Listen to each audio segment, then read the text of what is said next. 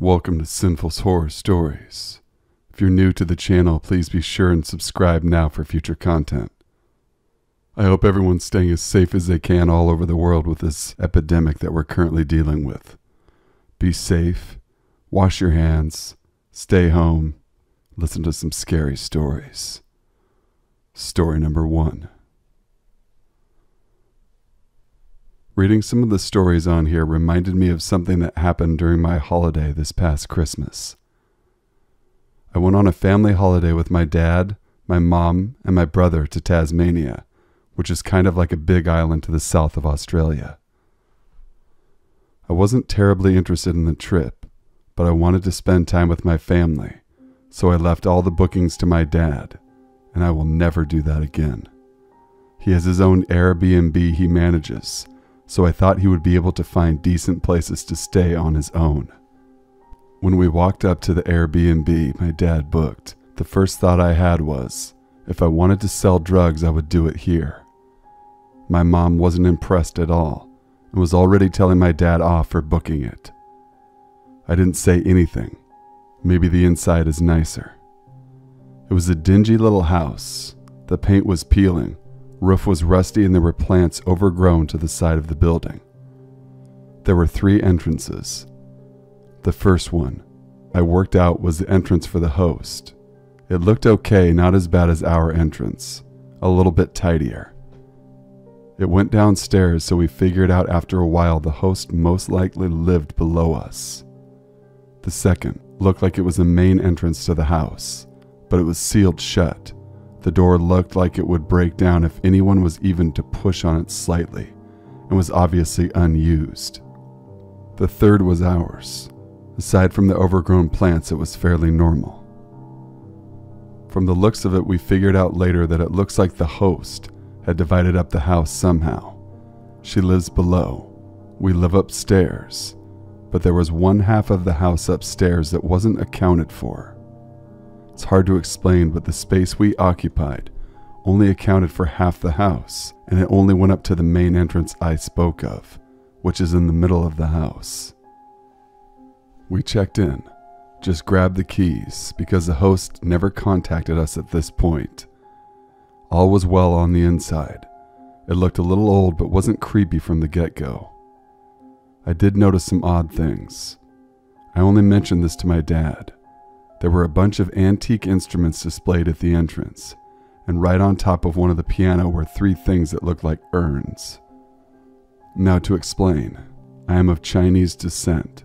These urns freaked me the fuck out. Some people think they're for displaying, but we used to store dead people's ashes, so I really didn't like them being there. I told my dad and he didn't like it either, but he went up and tapped the urn to see if there was anything in it. My dad mentioned that the one he tapped was definitely used for ashes. It had scripts on it for safe passage to the heavens, from what I could make out. After I stopped freaking out, I went and picked up first dibs on the biggest room, as per usual, but then noticed there were heaps of mirrors around the room. Again, another thing, not sure if it's a Chinese thing, but we don't like sleeping with mirrors facing us when we're in bed if we can help it. So, I went to move one of them, which was smack bang in front of the bed. It was leaning against a door, and when I took the mirror away, the door actually opened a little. That freaked me out even more. I got my dad and we decided it was better if I slept with my mom in another room. He would take this room with my brother. Again, my dad, being dad, opened the door a little and shouted, "Hello?" Before I told him to shut up. I had a peek inside but couldn't make out much. Only that it was dusty and seemed to be part of the other half of the house. My dad soon after put a chair and his suitcase on top of it, in front of the door to keep it shut. Fast forward to that night. Everyone was sleepy and went ahead to bed. I stayed up a little because I had some emails from work to catch up on, and went to work in the living room area. At one point in the night around 11:30 p.m., I remember there were a few thumps on the roof. Sounded like someone's footsteps, then followed by the loudest and most horrendous noise. Sounded like a train was on top of me.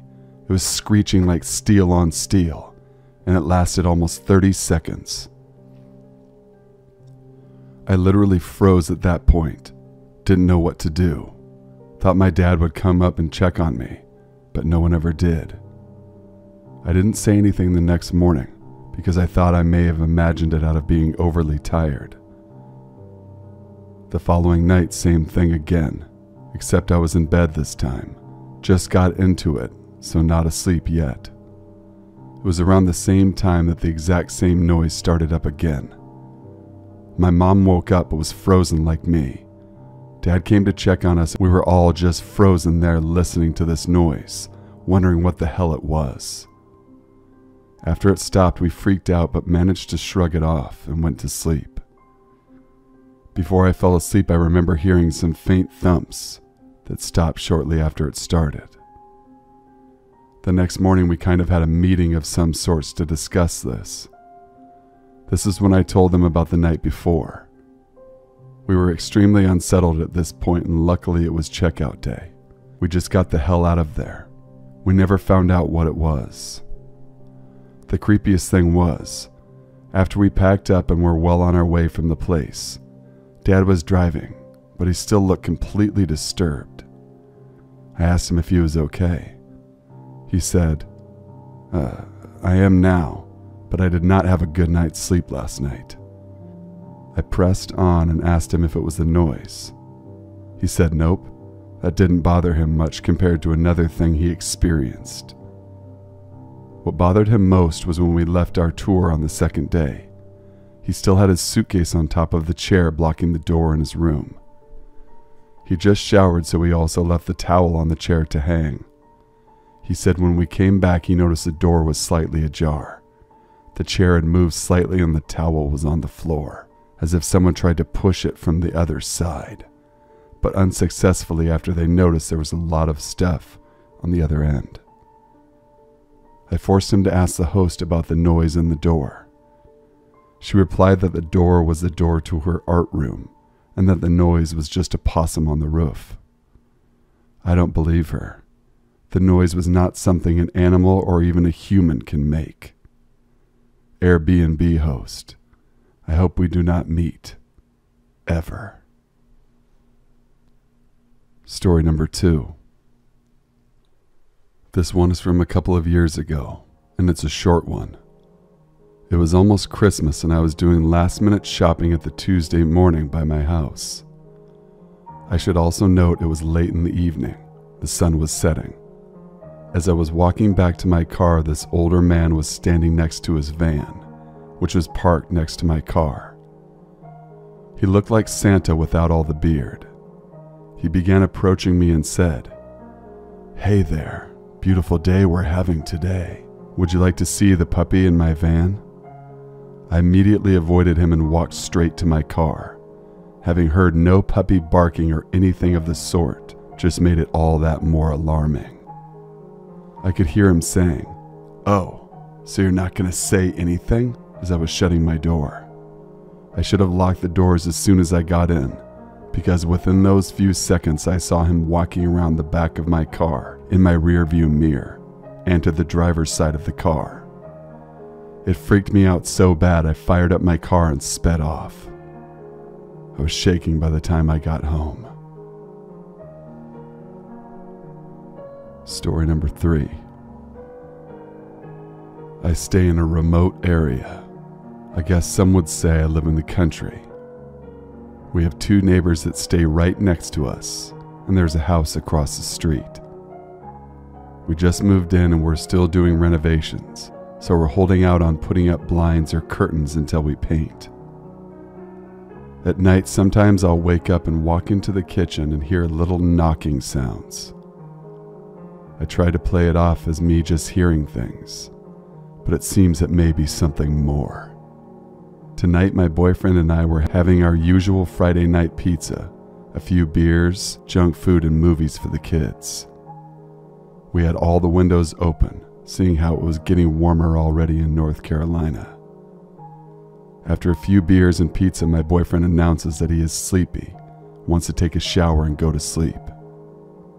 As he goes to the shower, I continue to sit at the table right next to the open window, browse on my phone.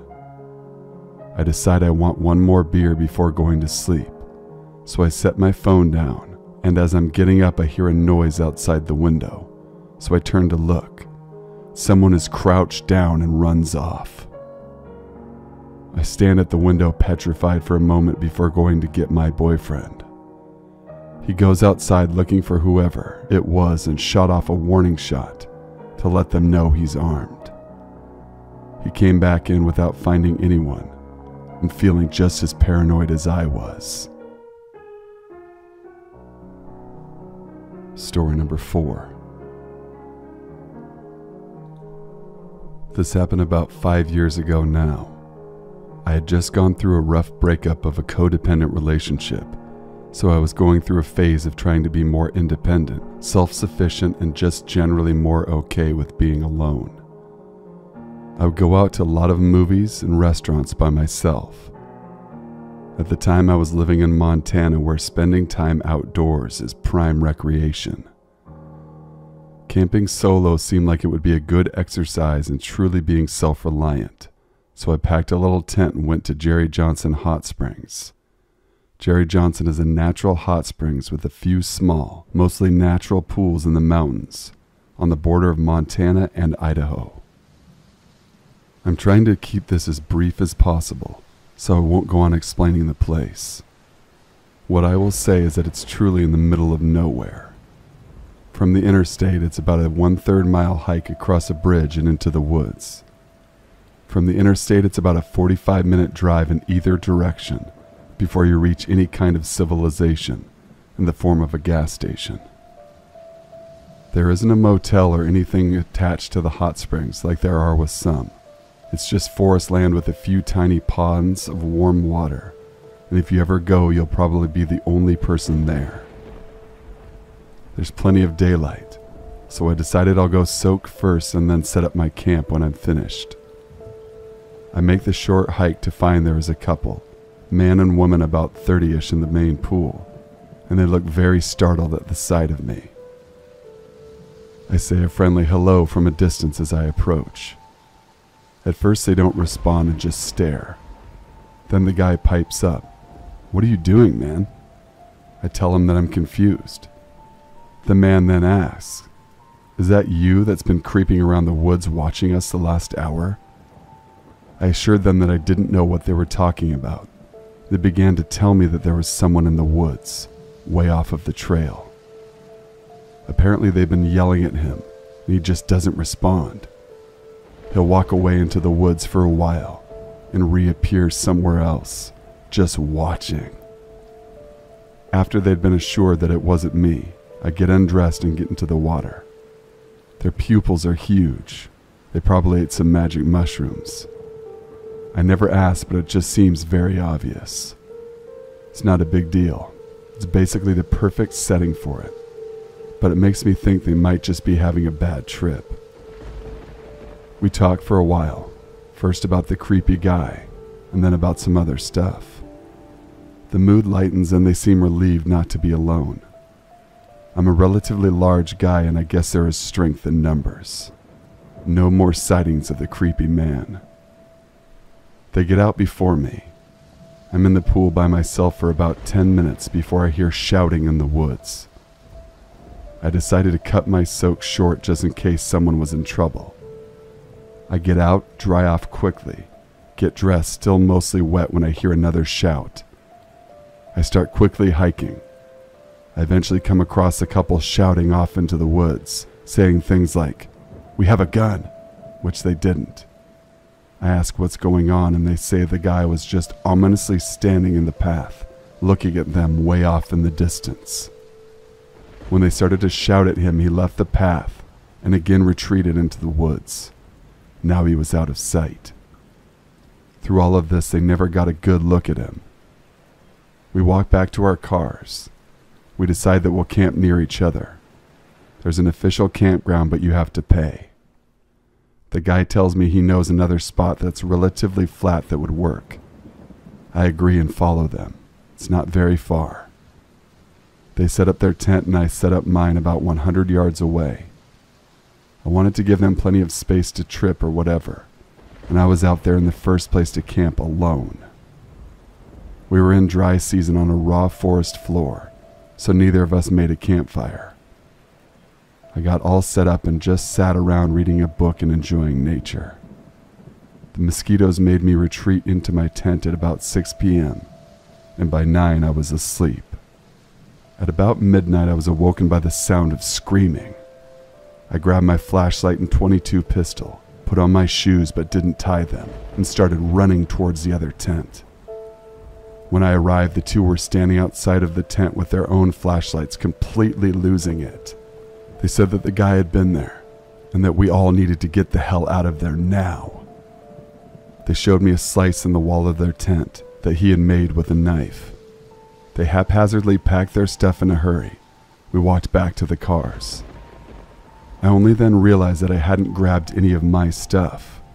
I asked if they would go back with me to get it, and they basically said, "Sorry, dude, you're on your own." They got in their car and left. I thought about it for a minute. I could come back the next day and get my stuff, but it was over an hour drive in each direction, and I was there now. I did have a gun, but if I shot someone in the woods, even in self-defense, that would be the beginning of another nightmare that could last the rest of my life. I decided I would go back for my stuff. I killed my flashlight and basically went stealth ninja mode back into the trees surrounding the clearing where my tent was. My thought was that if I was really quiet, then I could hear him, but he couldn't hear me. It took me 20 minutes to get to where my tent was, since I was moving so slowly. When I got back to my tent, it was untouched. I quickly threw on my backpack, put my flashlight in my mouth, grabbed my tent in its fully assembled state with my sleeping bag still inside, and ran back to the car with a loaded .22 revolver. I got back to my car, started it, and drove away. What didn't really occur to me until later is that I never actually saw this guy, and to this day I can't be sure there was actually someone in the woods. I kind of doubt that these people would have sliced their own tent, but at the same time I kind of doubt that there was actually just a dude hanging out in the wilderness all day and night just to freak these campers out. It's possible that the two campers were just messing with me, but if so, they deserve Oscars for their acting performances, as they seemed genuinely terrified. Thank you guys for watching and listening. Please be sure to leave a like on the video, comment, share, and subscribe for future videos. Please email me your true scary stories at thesinfulsavant@gmail.com to have your own chance to be featured on a video in the near future. Stay safe, stay well, and stay sinful.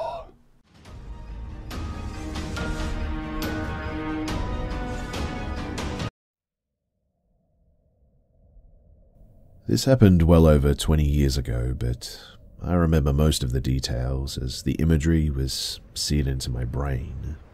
Call it a core memory, if you will. I was around 6 to 7 years old and living in a very quiet suburban area. My parents often entertained guests and drank beers in the kitchen all night, and their friends would often be the parents to the two of my best friends growing up.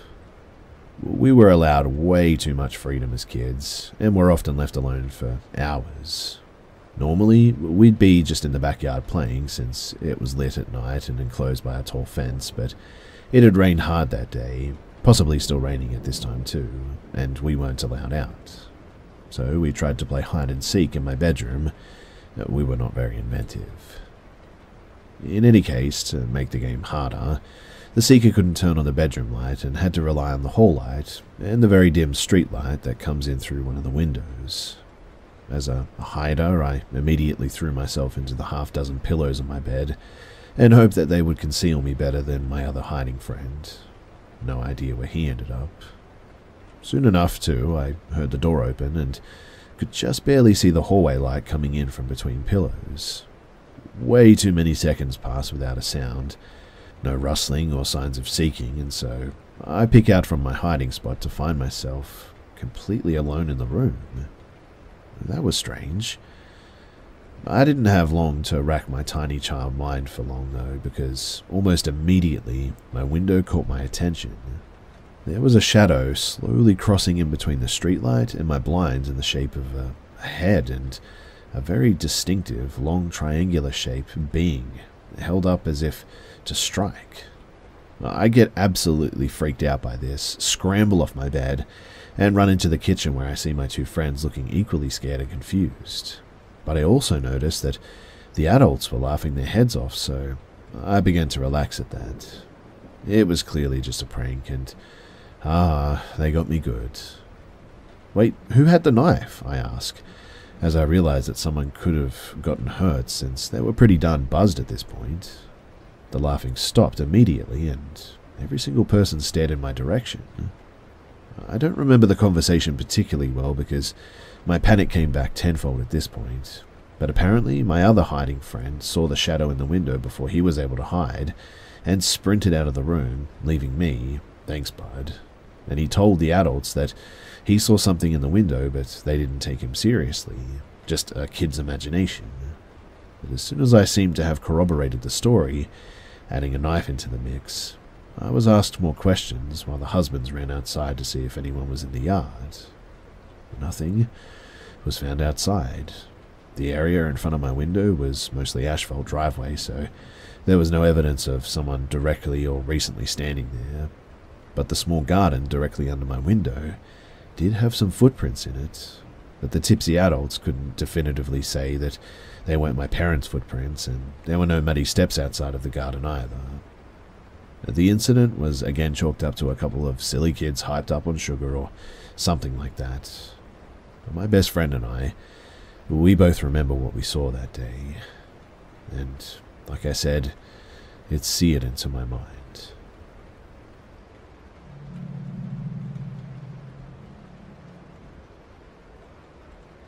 So I have this friend who's into, spiritual stuff, meditates a lot, makes more cleaning rituals, etc.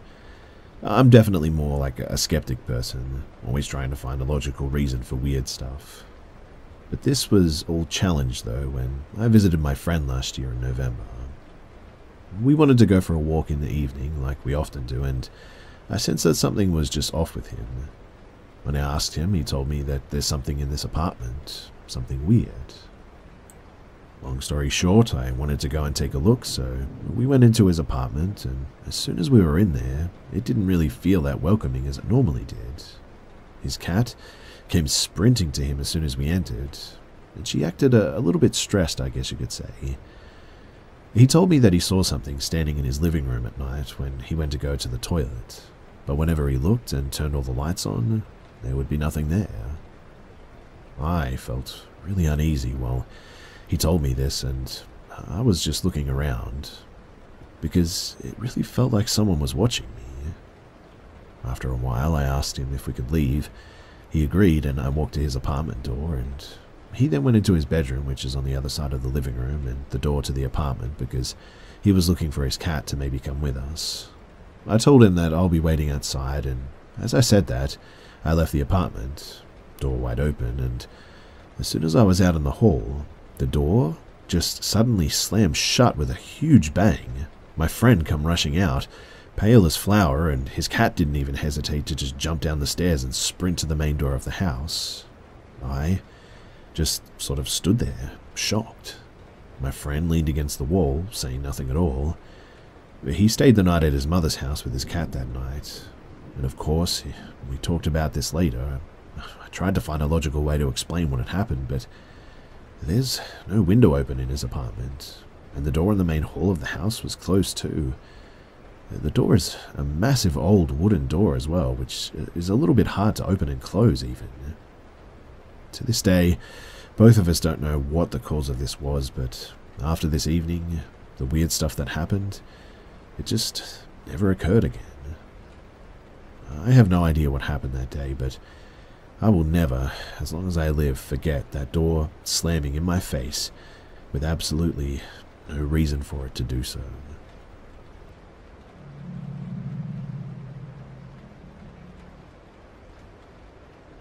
So I was walking down the trail that exists outside the subdivision that I used to live on. It was broad daylight, and there was a road that cars frequently drove down 10 feet off of the trail, but there was a thicket between the trail and the road that would have obscured the vision of drivers passing by. As I'm walking down the path nearing the entrance to my subdivision, I encounter a woman standing in the middle of the path.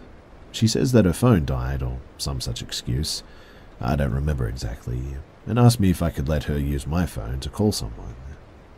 Now, I had read some stories here by this point, and even though I was a 5'10" dude and around 250 pounds, while she was probably like 5'6" at best and half my weight, I was immediately suspicious and a little bit fearful. I did, however, give her my phone. I probably shouldn't have, but it's very hard to decline a simple request for help like that when you're just put on the spot. Still, I was wary and on high alert. And well, my fears were immediately realized as, in the next moment, I hear the sound of movement in the thicket. I immediately whipped around and see this man emerging from the thicket who is even smaller than this woman.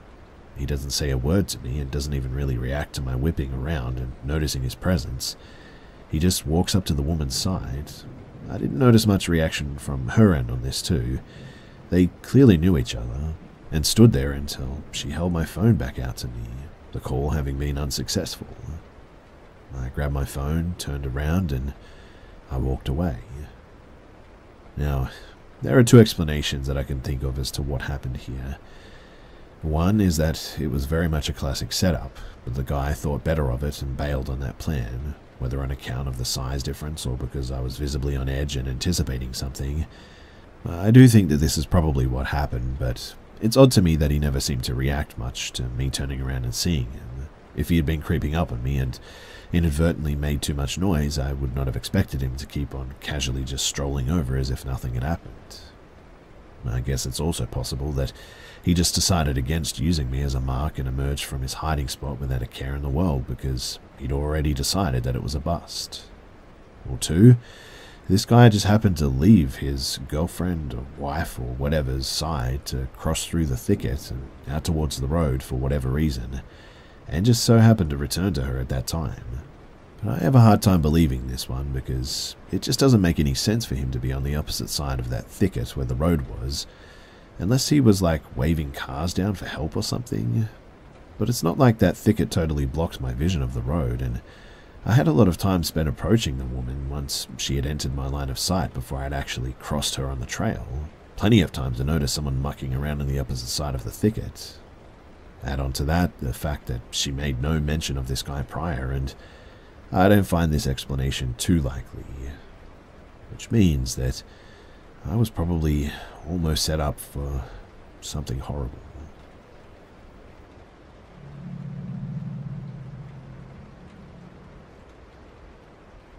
Back in 2019, my girlfriend and I went on a vacation in Ponza, an island in Italy.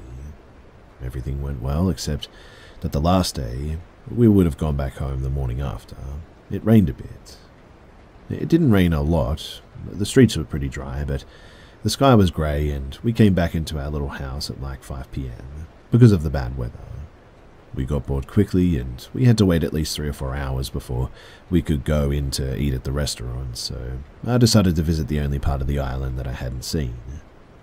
We got on my motorbike and went to Calafonte, which I found out was totally abandoned due to a collapse that happened in 2017. The whole neighborhood was as neglected and deserted as the beach and the restaurants were, and I swear, too, that we passed through every house, road, or parking lot, and it was just a desert. Nobody lived there, not even a tourist or a car. I think that the collapse of the beach made that spot less interesting, I guess. Anyway, I kept driving in that neighborhood until I ended up in a road-end street near a football field. When we got there, there were 2 kids playing football on the end of the street. We also noticed that every house nearby was shut closed, not a sign of a human being for like kilometers. So where did these 2 come from? Well, we got close. My girlfriend and I were already freaked out, but I wanted to talk to them because, if I remember correctly, I was looking for a place that I couldn't find, and I thought that maybe they knew where it was. So we approached them. They must have been no more than 6 or 7 years old, dirty as anything, like coal mine dirty.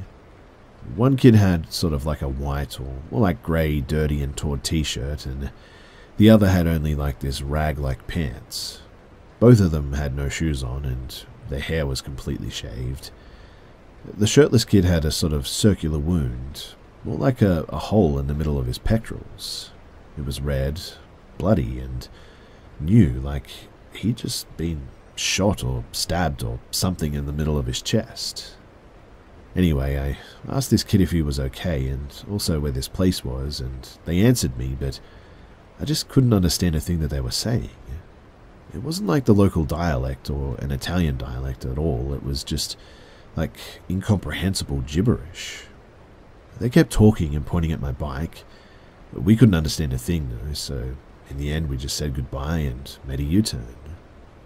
I could see them staring at us from my mirrors. Man, we were freaked out. Anyway, as we kept driving, I looked in the mirror again, but when I did, they were gone. Now, there was just absolutely no way that these kids could have disappeared like that. There was nowhere for them to go, but not that quickly anyway. In the end, we just got out of there, and I can't confirm 100% for certain if it was a proper paranormal encounter or maybe it was just the two kids ducked down or something somewhere, but it was a really weird experience and something that I just cannot explain.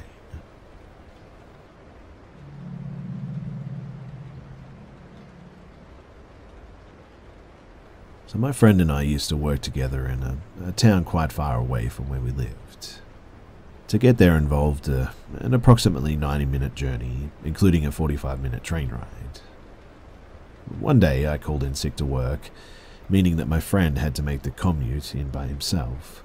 When he got home that evening, he called me about an unsettling encounter that he had that morning. He told me of an old man on the train platform had struck up a conversation with him, and the conversation was quite pleasant, so they ended up sharing a booth on the train. He described the old man as probably in his 70s, smartly dressed with a friendly demeanor. The conversation was the typical small talk you'd imagine having with a stranger. Are you on your way to work? What do you do? Do you like it there? And so on. When asked why he was traveling so far this early in the morning, the old man explained that his older brother is ill and so he visits him every day. Out of nowhere, the old man's demeanor apparently changed though, from laid back and friendly to very serious, perhaps even angry. He looked my friend dead in the eye and said, "A lot of men are accused of having intimacy with other men nowadays, aren't they?" There was a heavy emphasis on the "aren't they?" My friend was understandably uncomfortable with this question and unsure of what to say, but his discomfort made way for skin-crawling disgust when he noticed that the old man had put his hands on the table, revealing his fingers that looked like they'd been stained from several decades of smoking and overgrown fingernails, which were not only a little dirty under the whites, but the entire nail plate was caked in dirt. My friend said that he mumbled some sort of non-answer and was then mercifully saved by the train stopping, which gave him an opportunity to escape from the old man, who himself said nothing. When he finished his story, I found it quite funny, to be honest, and didn't understand why he was so upset by some dirty old man trying to pick him up on the train. The next morning, we went to our usual busy platform and waited for the train to arrive. No sign of the old man. I left my friend briefly to go pick up a coffee and a newspaper. As I was reaching down to pick up the newspaper, I heard an unfamiliar voice ask, "Forget your newspaper?" I knew who it was immediately. I turned, and it was the old man that my friend had described. He had a creepy smirk on his face and winked at me. I just muttered something like, "Yeah," and walked away. As I did so, I tried to get a look at his hands, but they were covered by the sleeves of his jacket. I had to admit to being slightly creeped out by the old guy, especially knowing how he'd behaved the day before, but I still didn't think that there was any more on him than being just, at worst, a weird old pervert. But this changed that afternoon when both my friend and I received a call from him at work. It had to be him, where he simply said, "Getting warmer?" before hanging up. We continued to see the old man every day at the platform, but he never attempted to speak with either one of us ever again. Oddly, we never once witnessed him engage anyone else on the platform in conversation, and besides that first encounter with my friend, we never actually saw him on the train. We would sometimes see him on the destination platform, however, but after a while, we pretty much all but forgot about our experiences with the old man, and he even became something of a joke to us. We laughed at the things that he said, the funny way that he walked, and things like that. But one morning, there was a stormy weather, and the old man was not on the platform.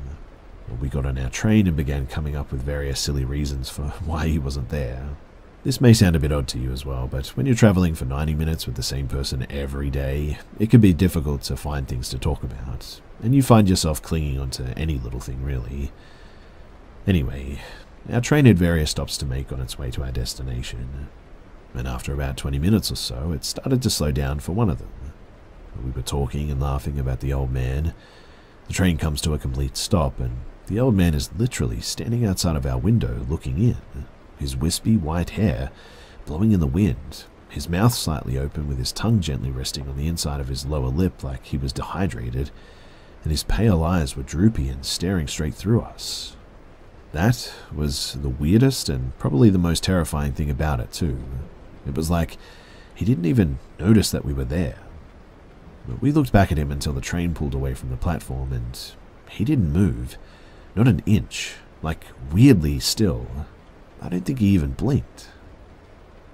We were obviously both pretty shaken up by this, and I can honestly say that it was the most startling and weird experience of my life. I don't know if you can relate to this too, but I think that we were both so scared by it that we didn't even really want to acknowledge it, so we didn't talk about it. I still don't understand why he'd be on a platform 20 miles away from his home at approximately 7:50 a.m. and why the train would just so happen to stop exactly where he was standing, as we were talking about him too. It was weird, but when our train arrived at our destination, we got off and made our way onto the bus which would take us to work. 2 stops later, the bus stops, and looking in our window once again is the old man. Same thing with his mouth, same dead stare. He didn't get on the bus, and the only possible way that he could have got there before us was if he took a cab from the train station, and even then I'm not sure it would have been quick enough. This time we did acknowledge it, and we did talk about it, but we were no longer joking about it or laughing at the old man. We were pretty freaked out. After that day, we stopped talking about him entirely, and strangely enough, we never saw him ever again while we were working together. Many years later, though, my friend was making his way to a job interview in the middle of the day. When he arrived at the train station, he could barely believe his eyes when he saw the old man sitting on a bench at our old platform, one leg folded over the other like he hadn't a care in the world. He took a picture of him and sent it to me, and weirdly, the old man looked the same but was dressed like a complete slob. Some years after that, I had moved away but was back in town to visit someone. After getting off the train at the old platform, I began walking down the stairs when I noticed that the person directly in front of me was none other than the old man. During another visit, I stopped off somewhere for breakfast and noticed him sitting alone at a table. He didn't eat or drink, but after a while he got up, picked up an empty plate and cup from his table, and walked into the back of the place with me. None of the staff seemed to notice this, and the old man didn't come back out.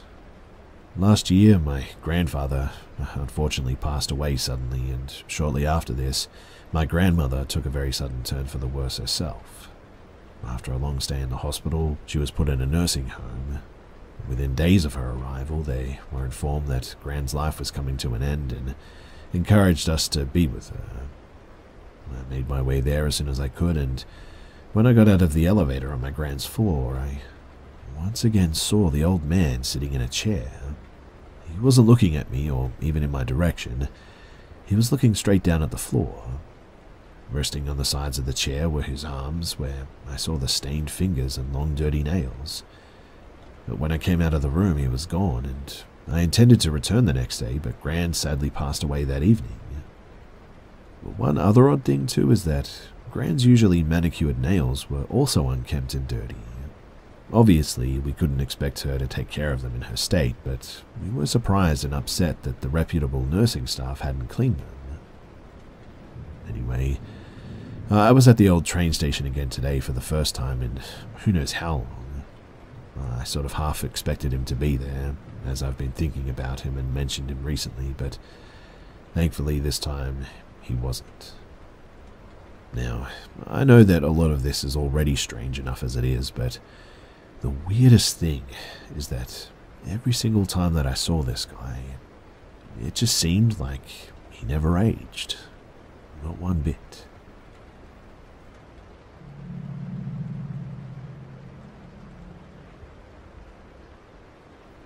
So, this just happened last night. My boyfriend, our husky, and I embarked upon our long holiday road trip to see our families earlier today. 14 hours of this trip takes place on a major US interstate highway.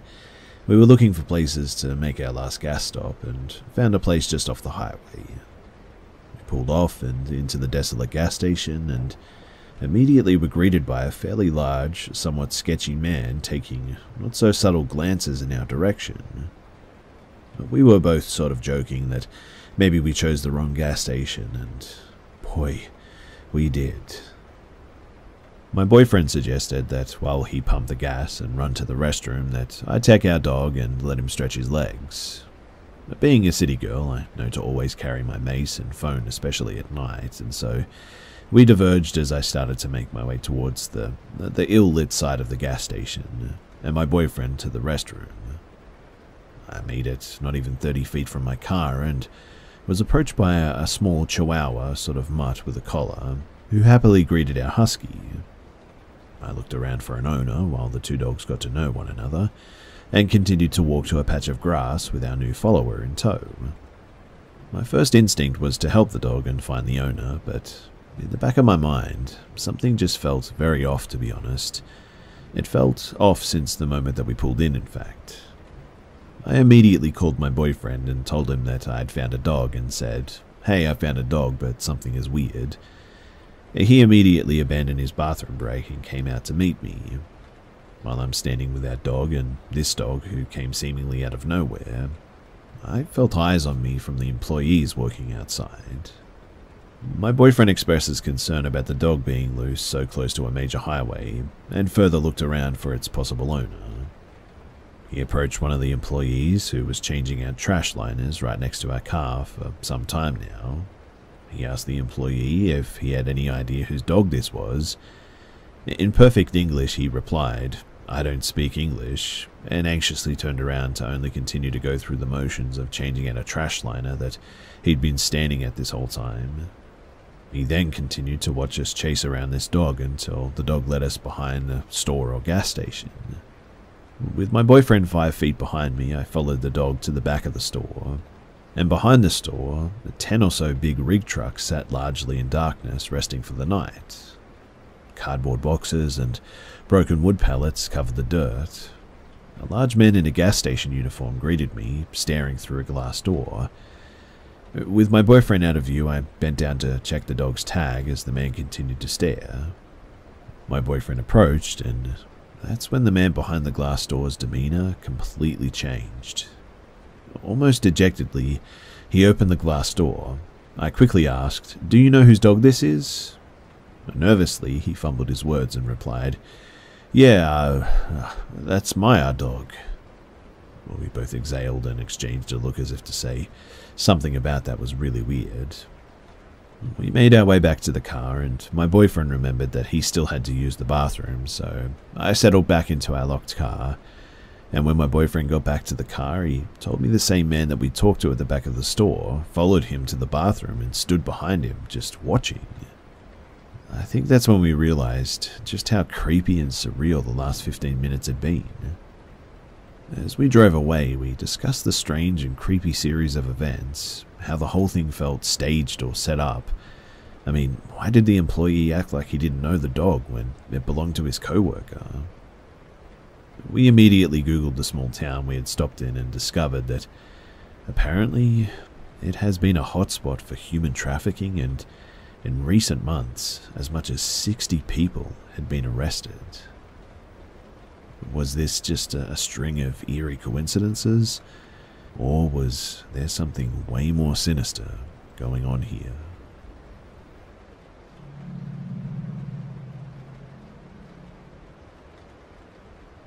I've thought my house has been haunted for a long time now, but recently it's been getting to me a lot more. I've had a few experiences. Normally they'd be pretty big ones, but always happened few and far between. My family lives on an old farm, 15.5 acres, pretty big with forests and a very nice place with 3 main barns. One is the red barn, and we built half of it into an actual house and still use part of it for sheep. It's the newest barn in the area. The black barn is very old and worn down, but we keep extra wood and stuff in there. And lastly, there's the house barn. The house barn is the oldest, over 500 years old I think, and when it was built it used absolutely no nails. So, the first encounter I had a few years ago, it was pretty late and I was about to go to sleep from watching a movie I think.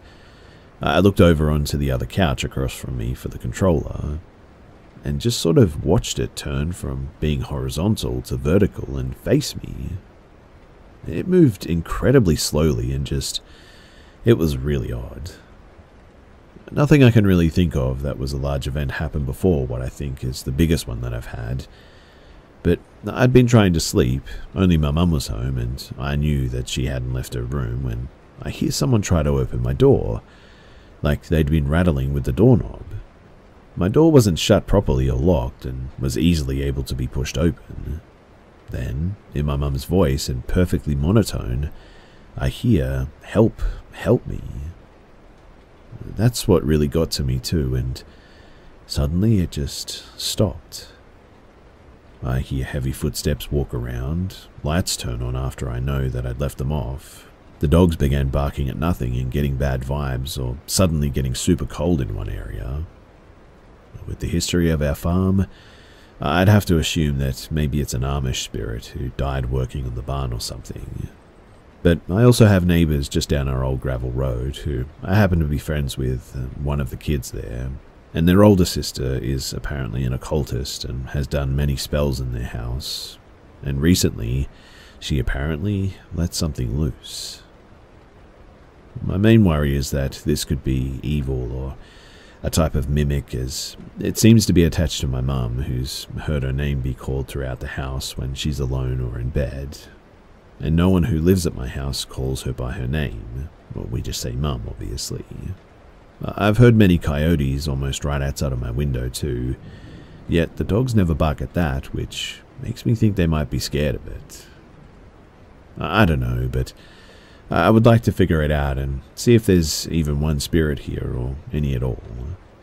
I'm pretty paranoid about these sort of things and don't want anything to happen, and would be very open to suggestions as to how to move forward from here.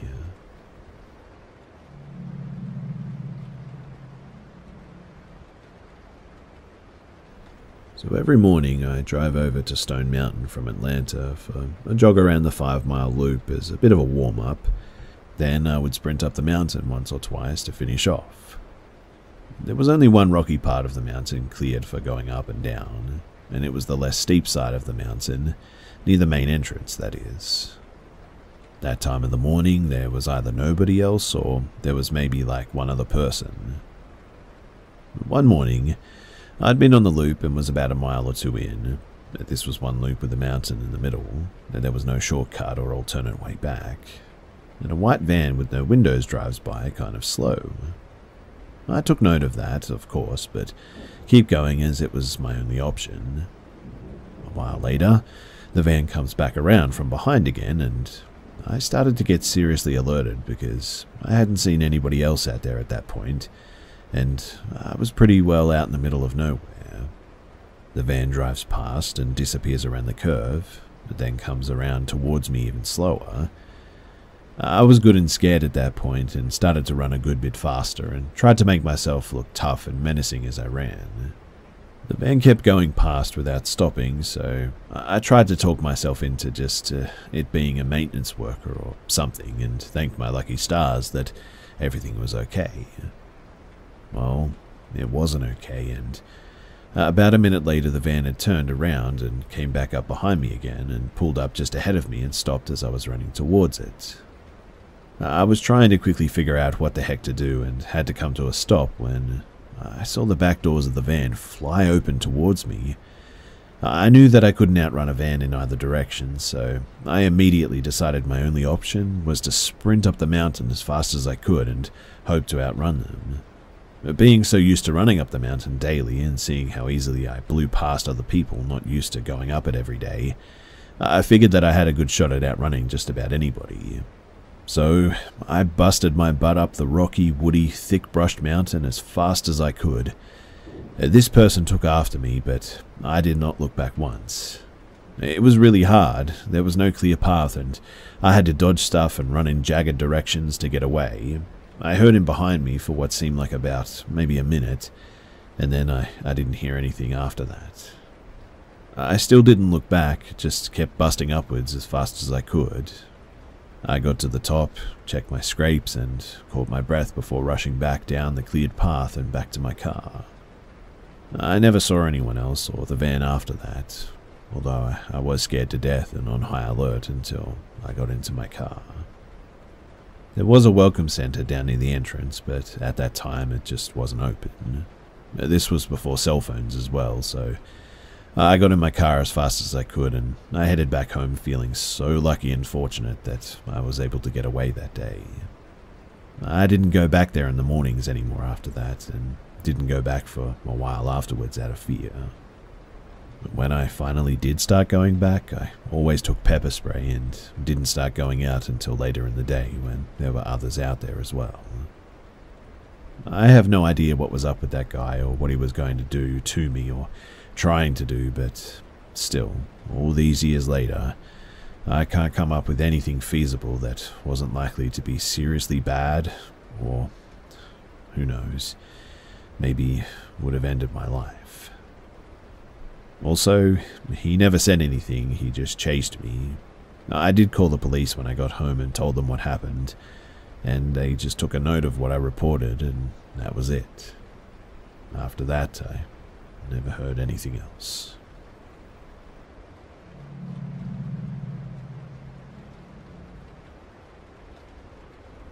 So, my story is not one where I was the target of somebody else's stalking or harassment, but one where I was the guy who was just at the right place at the right time. And I'm fairly certain that my inadvertent intervention may have saved someone that I'd never met from, well, who knows what.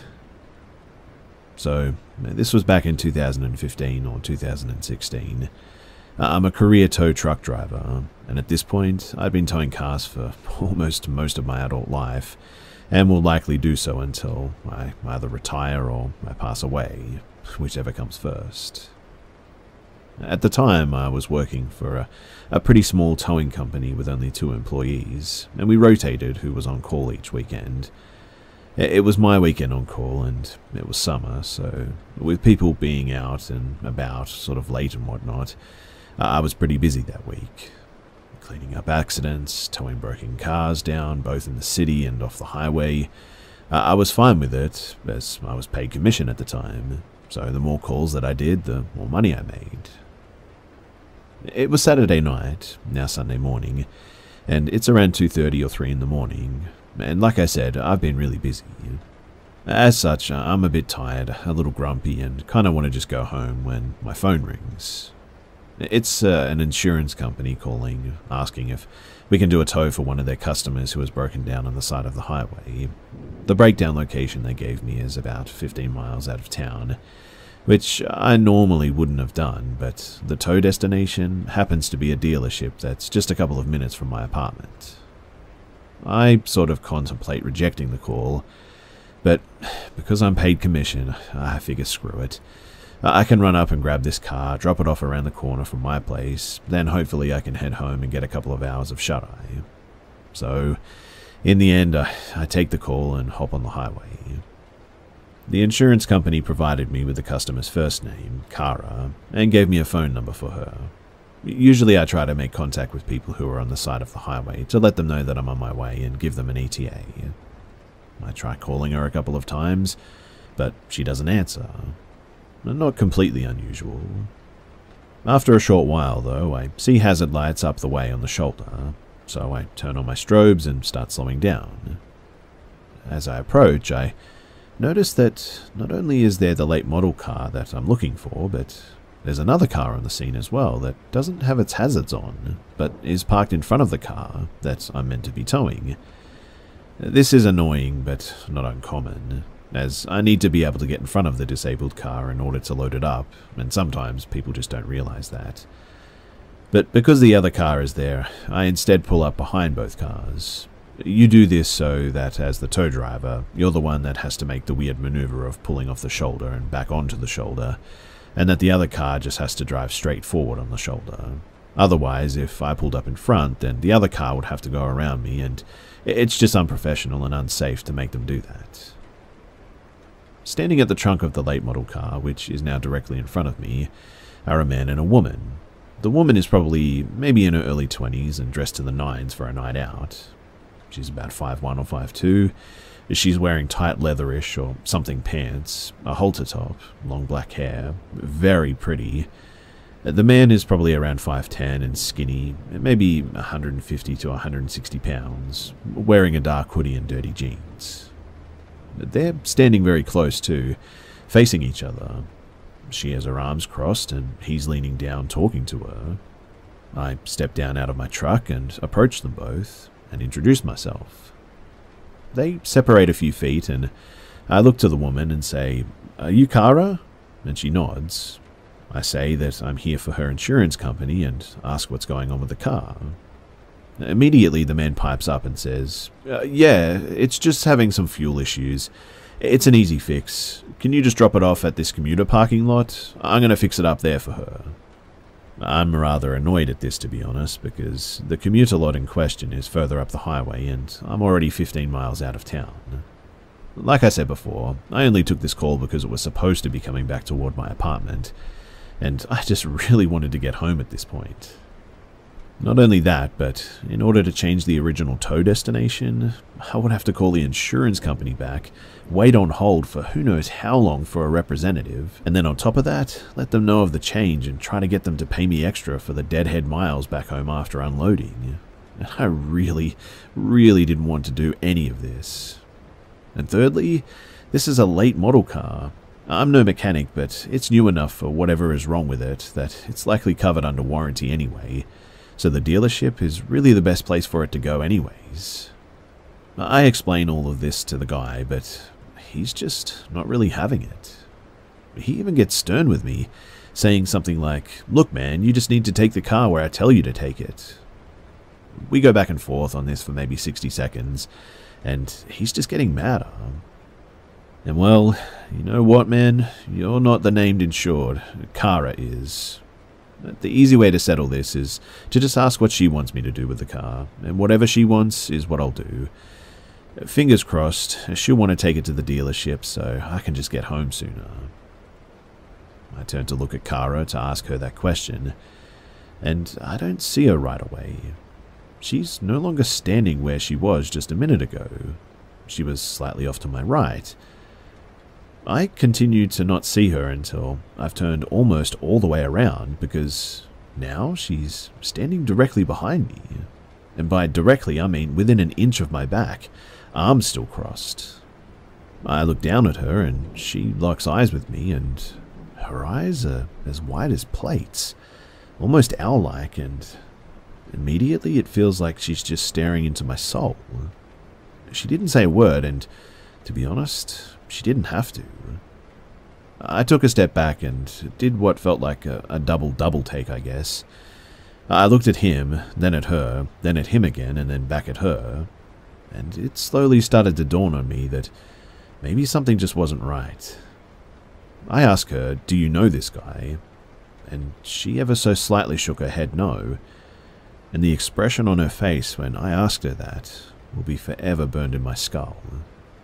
I turned to the guy and was like, "Oh, you gotta go, man." Now, I'm not a tough guy. I'm a total beta male, to be honest. If there's such a thing, I guess, and I don't care who knows it. I've got nothing to prove. I'm super averse to confrontation and will run at the first sign of trouble. And I'm not exactly the biggest of guys either. I am, however, what I like to call sturdy, I guess. I'm 5'8" and 240 pounds. I have a bit of a gut, but I also have big thighs and broad shoulders, and people are generally surprised to find out that I weigh as much as I do. And quite honestly, I think that might have been my saving grace for what happened next. Because, without a word, the guy starts to move for Kara, and I move to stay in between them. He tries to push me out of the way by shoving me in my chest, but because I believe he underestimated my weight, only pushed me hard enough to make me take a single step back. Immediately, I took that step forward towards him and body checked him hard as I could really, hard enough to completely knock him over, basically onto his butt. Because we rotated during the back and forth push bit, Kara is now in front of me to my right, somewhat between me and the guy who's trying to scramble to his feet. I reached out and snatched the poor girl up by her wrist, spun her towards my truck and yelled for her to get into the driver's seat, and she does. I turn back to the guy who's standing up again at this point, and he's breathing really hard. He gets right up in my face but doesn't do anything, just breathes at me. I stare him right in his face and, mustering up the best dad voice I can muster, just say, "You need to go." Mind you, I'm shaking now and I'm absolutely terrified. I don't know if he has a weapon, I don't know if he's going to try to fight me, and I don't know what I would do if he did. Like I said, I'm not a tough guy. I really don't know how to fight. I've never been in a fight in my life. What if I get badly hurt? What if I get stabbed? What do I even do now? I just want to go home, man. I wasn't even going to take this call. All this is running through my head at lightning speed, and after probably around 15 seconds or so, which felt like forever, he just kind of huffs a bit, smiles one of the creepiest smiles that I've ever seen, and starts to back off. He sort of sucks his teeth and rubs his hands together. He slowly walks backwards a few steps and then makes his way to the front of the car, gets in and just drives off. I just sort of stood there for a few seconds, motionless, watching him until I could no longer see his taillights. I got Kara's car loaded up on the tow truck, and as we made our way to the dealership, she told me through tears that her car had shut off while she was driving, and she pulled onto the shoulder and called her parents, because she was on their insurance. Her parents made the call to the insurance company, who eventually dispatched me to her location. While she was waiting, a bit after she made the call, the guy pulled up in front of her and walked up to her passenger side window to try to talk to her, asking if she needed help, etc. And she told him that she was fine, that a tow truck was coming, and she didn't need any help. He apparently persisted, and she tried to tell him off and eventually tried to roll up the window, but apparently he stuck his arm in the window and got the door unlocked and opened the door. In fear, she jumped out of the car, leaving her phone inside, and ran to the back of her car and stayed put there because it was in line of sight of the traffic. Apparently, too, he was really lewd with her, and whenever she tried to go back to the car, he would prevent her from getting in. Several minutes later, I showed up. And honestly, who knows what would have happened had the timing been any different. Her parents were waiting at the dealership when we arrived, and she told them what had just happened. Her parents gave me a $20 tip, which was all the cash that they had on them at the time, and Kara gave me a very tight and clearly heartfelt hug before I left. And after that, I never saw her again. But I tell you what, every guy has daydreamed at some point of coming to the rescue of a pretty girl in trouble, right? Myself included. You think that you're going to be a hero. You're going to slay the dragon and get the girl and ride off into the sunset like the king you are, right? But for me, being in that situation, in that moment, was one of the most terrible feelings that I've ever had. Forced into a confrontation that I didn't even want, nor was prepared for, not knowing what to expect from a clearly not well-hinged individual. I really did not feel like a hero that night. I felt like a scared little kid encountering a bully on the playground for the first time. If I'm ever in a situation like that again, I don't think I'll ever not intervene, if I'm being honest. But I just really hope that I never have to do that ever again.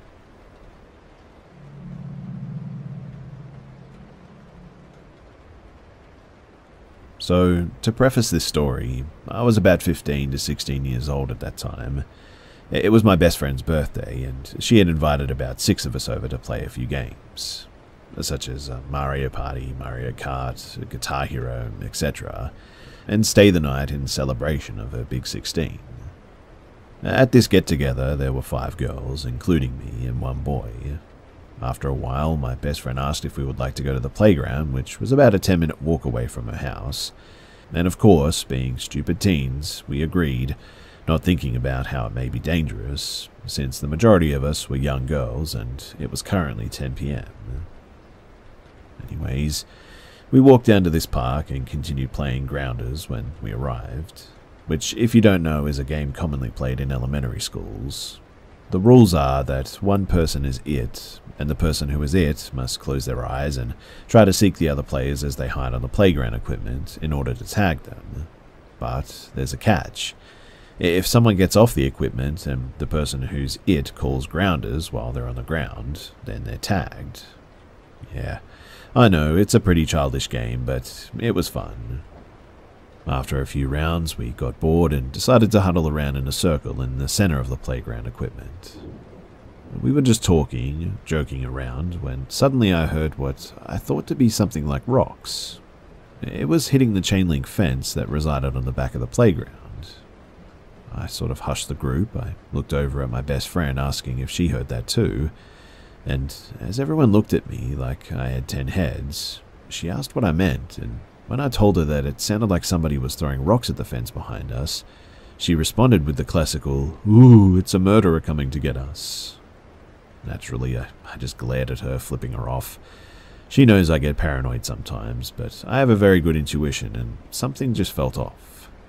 A few more minutes later, after some more rocks were thrown at the fence, and I obsessively stared down the area behind the fence, which was all woods, beside the houses on the left and the right of the playground.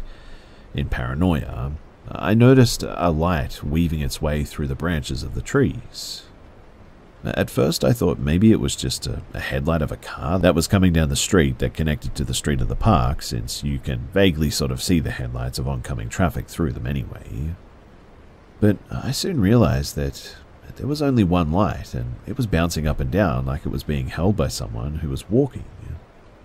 I quickly pointed it out to the group around me as we all snapped our heads over in that direction. And coming up alongside of the nearby house on the left side of the park was a man who wore a hat, some white baggy and dirty sweatpants, and a black coat. He was holding a flashlight, not the one on your phone, but an actual flashlight. He was too far away to guess his age, even when he sat on the swings closer to the playground equipment that we were on. But we all collectively agreed that it was strange, since he seemed, I guess from his clothes, to be at least mid-20s, and just sort of came out of the woods by himself to sit and stare at a load of kids. After a brief discussion, we agreed that maybe he was waiting for a ride or was just resting for a moment, and so we tried to brush off the fact that he was sitting and so intensely staring at us. However, we started to take note that after a few minutes of us resuming our very competitive game of Grounders, that this stranger was slowly inching his way closer to our group.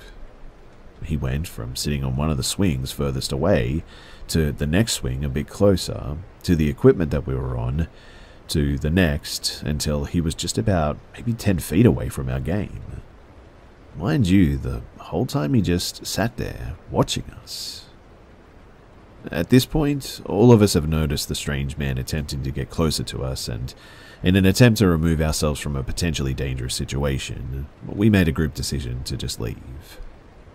Getting up, we all piled off the playground equipment, and in pairs of 2, we walked down the stairs on the side furthest away from the creepy man. As we attempted to casually walk away, I kept my eyes glued on this figure though, and As we neared the end of the street, he got up. Slowly at first, the man started to trail behind us, keeping his distance. I decided to keep my mouth shut at the time because we were about to make a turn anyway. I thought that if he continues to follow us instead of going the other way, that I'd bring it up to the others. And wouldn't you know it, the creep stays hot on our heels, not only following which turn we took, but he also started sprinting towards us, screaming at us all amounts of expletives. At this point, the whole group burst out into a sprint. The adrenaline that I felt made me run so fast that I was ahead of everyone else. Everyone was ushering each other to run. I didn't even take a second to see if the others were behind me. That was until I heard my best friend struggling to run. She has pretty bad asthma. I instantly felt horrible for running off on her, so I ran back by her side, grabbing her hand and quite literally dragging her along, repeating things like, "Deep breaths, you've got this, come on, we have to go now." This whole time the man was still running and screaming behind us and was catching up quickly. At this point, both me and another girl in the group took it upon ourselves to get my best friend moving as fast as possible, both taking a hand and running at a pace that she could keep. Luckily, this park was only about a 10-minute walk away from my friend's house, even if that much. And as we all piled in through her garage door, I turned to see this delusional man start running up her driveway. He must have got about halfway up until our big fluffy savior ran to open the door. My friend's 100-pound, fully grown German Shepherd just lurched at the man, barking as we gripped her collar in an attempt to keep her from running completely after this guy. Luckily, her sudden and loud appearance caused the man to freeze in fear before he just ran away down the dark lamp-lit street. We were obviously terrified for the rest of the night and only managed to sleep after putting random items next to us. We even had a rake, I think. But most comforting was our big fluffy hero, just in case the creep decided to come back, that was. In the end, I really think we got lucky that night. Lucky that I saw the guy. Lucky that we didn't stick around in the park longer. Lucky that we were all able to run as quickly as we did, even my friend with asthma. Lucky that the dog came out when it did. And also lucky that the guy never came back.